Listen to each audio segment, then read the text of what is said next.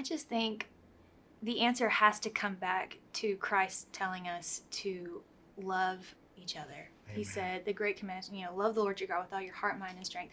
And the second is like it, your neighbor as yourself. That part of loving your neighbor as yourself means I care about you and your pain because I care about my pain. So to love you as myself means I have to care about these things. And when I see things that violate human dignity, the image of God that we are all created with, just without measure, we all are equally created in his image. So when we see things that violate that, that should be offensive and that should be something that bothers us, not because of an agenda or political affiliation. And I think it is exploitive, maybe. What do y'all think when people take that and exploit it?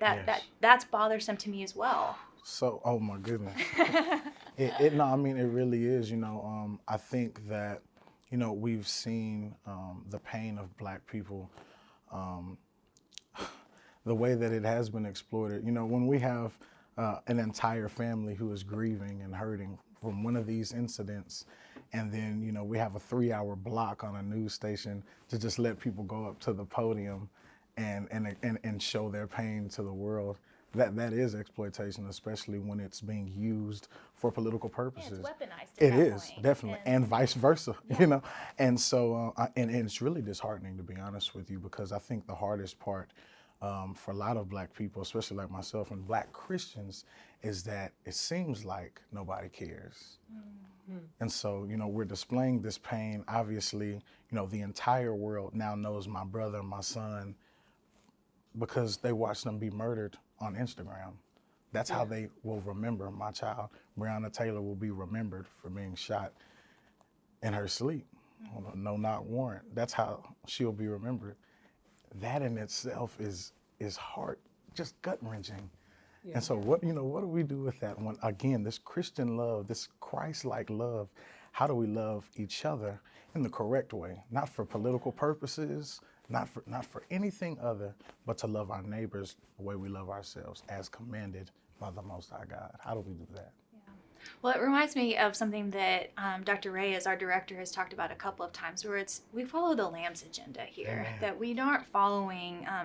We cannot, as believers, allow people of the world to take what we see as an offense against something that God has created and deemed good, human life. We say that I've created this beautiful person.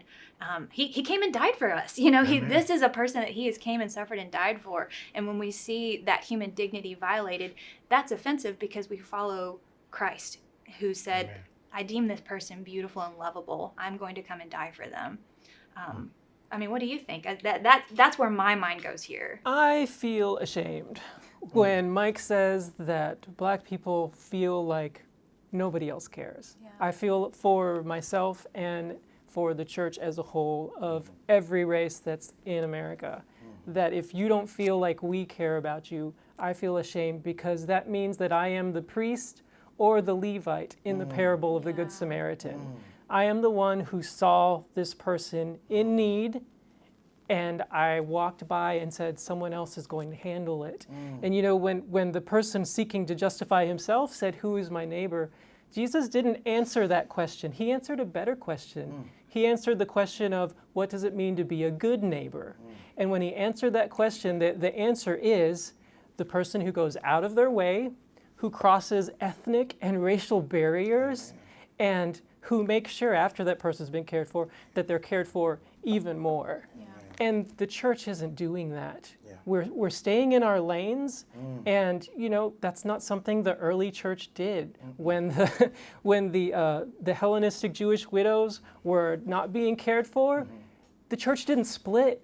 Okay, we need our Jewish church and we need our Hellenistic church. And the Hellenistic church, they've got their own worship style, So they need to be together and we need to be together, and problem solved. They'll care for themselves and we'll care for us. No. Yeah, that's not.